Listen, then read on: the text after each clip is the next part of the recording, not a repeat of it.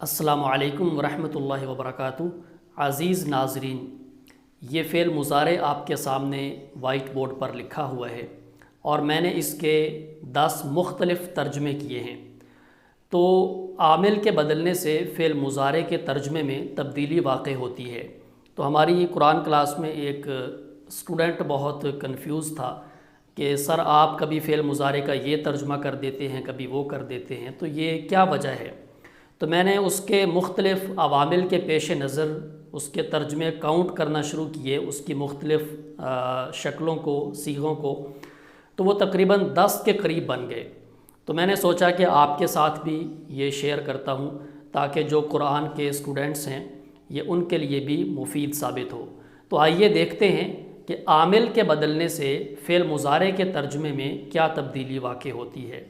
تو سب سے پہلے یضرب، وہ مارتا ہے، تو یہ سمپل فعل مضارع ہے، زمانہ حال میں اس کا ترجمہ کر سکتے ہیں۔ دوسرے نمبر پہ یضرب، وہ مارے گا، زمانہ مستقبل میں ترجمہ کر سکتے ہیں۔ تیسرے نمبر پہ لا یضرب، یہ منفی فعل مضارع ہے، وہ نہیں مارتا یا وہ نہیں مارے گا، تو آپ زمانہ حال میں یا زمانہ مستقبل میں اس کا ترجمہ کر سکتے ہیں۔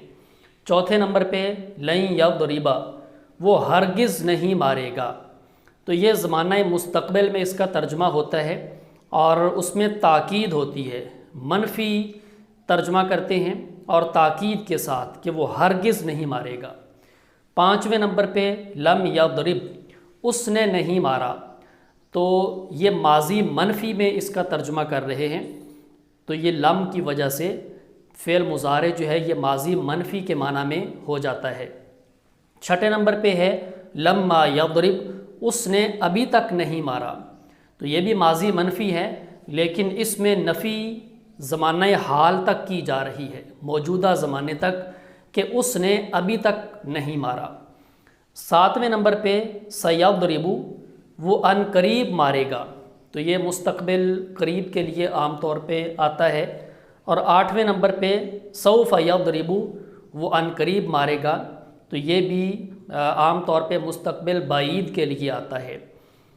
اور نویں نمبر پہ ہے کان یضرب، وہ مارا کرتا تھا، تو یہ ماضی استمراری ہے کہ ماضی میں اگر کوئی کسی کی عادت کو یا روٹین کو آپ نے بیان کرنا ہو تو اس کا یہ طریقہ ہے کان یضرب، وہ مارا کرتا تھا یا وہ مارتا تھا۔ اور 10ویں نمبر پہ ہے لیضربن یا پھر لیضربن، نون تاکید ثقیلہ کے ساتھ یا خفیفہ کے ساتھ، وہ ضرور مارے گا، تو یہ مستقبل میں اس کا ترجمہ کرتے ہیں اور تاکید کے ساتھ کرتے ہیں۔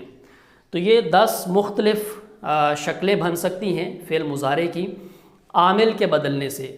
تو گویا فعل مضارع کا ترجمہ حال میں بھی ہو سکتا ہے، مستقبل میں بھی ہو سکتا ہے اور ماضی میں بھی ہو سکتا ہے بعض اوقات۔ تو ایک قرآن کے اسٹوڈنٹ کو ان ساری چیزوں کا پتہ ہونا چاہیے، اس کے سامنے یہ ساری باتیں واضح ہونی چاہیے تاکہ وہ قرآن مجید کا صحیح ترجمہ کر سکے۔ تو امید ہے کہ یہ مختصر ویڈیو آپ کو پسند آئے گی۔ والسلام علیکم ورحمۃ اللہ وبرکاتہ۔